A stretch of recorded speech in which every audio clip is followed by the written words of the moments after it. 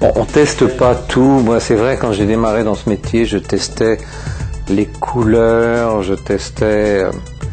Bon, on peut pas tout tester, donc il faut tester les choses importantes. Et les choses importantes, qu'est-ce que c'est? On sait qu'une accroche peut multiplier par 5 votre rendement, ou le diviser par 5. Et je dirais, ça peut être même beaucoup plus grave que ça. Une mauvaise accroche peut annuler totalement votre opération marketing. On peut faire 0 avec une mauvaise accroche. Donc, entre une très mauvaise accroche et une bonne accroche, la différence est une multiplication à l'infini. Donc, l'accroche est à tester, l'offre est à tester, c'est sûr. Dans l'offre, vous avez le prix, vous avez la façon de présenter le prix, c'est à tester. Vous avez le titre du cadeau, tout ça, c'est vital de le tester. Et puis après, vous pouvez tester de mettre un audio, une vidéo, voir si ça marche mieux, si ça marche moins bien. Vous pouvez tester des approches différentes. Aujourd'hui, on a un outil ahurissant.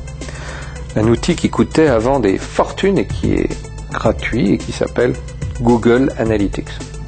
Google Analytics vous permet de tout tester.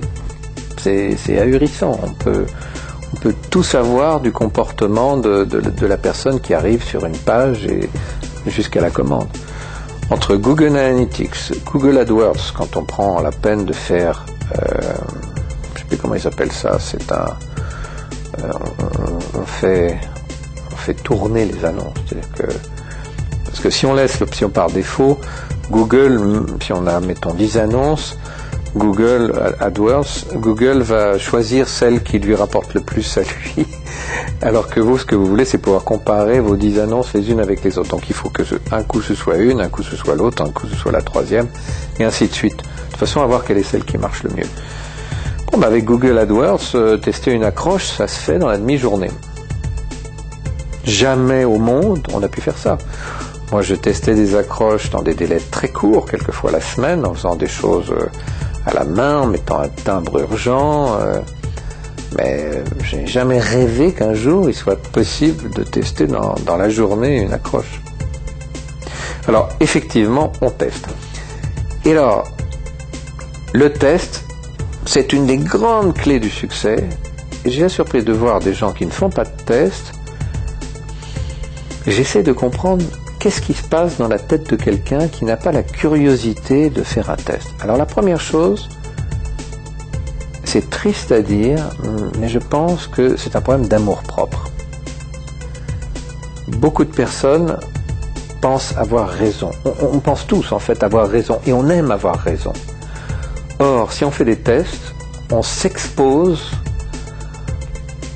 au fait qu'on ait tort. Et que parce qu'il n'y a qu'une seule personne qui a raison en marketing, c'est le marché. Et le test, c'est une façon de demander au marché de nous éclairer, de nous montrer la voie. Donc la première des raisons, je pense, c'est une raison d'orgueil et aussi la peur quelque part d'être refusé par le marché, parce qu'on va s'apercevoir que l'accroche qu'on aimait le plus, celle qu'on a forgée pendant des jours, est un bide absolument effroyable, que le prix dont on était certain que ça allait être le bon prix, c'est pas du tout le bon prix. Il faut être humble devant le marché. Aussi orgueilleux soit-on, il faut prendre le test comme un apprentissage et non pas comme une sanction. Beaucoup de gens prennent les tests comme des sanctions. Donc on apprend et il faut avoir la curiosité d'apprendre.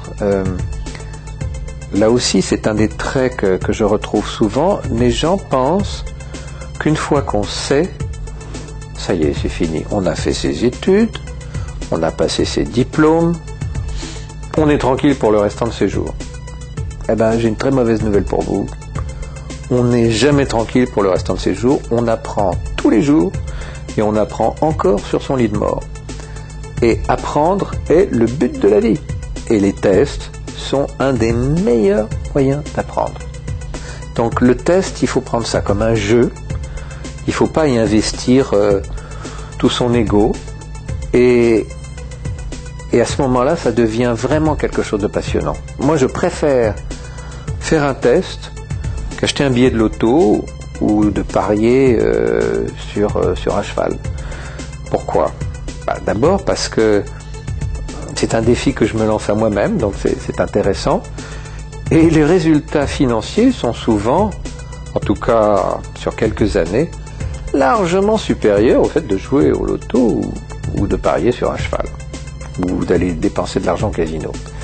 Donc c'est un jeu, la seule différence c'est que c'est un jeu auquel vous gagnez à coup sûr, ne serait-ce que en apprenant de vos erreurs.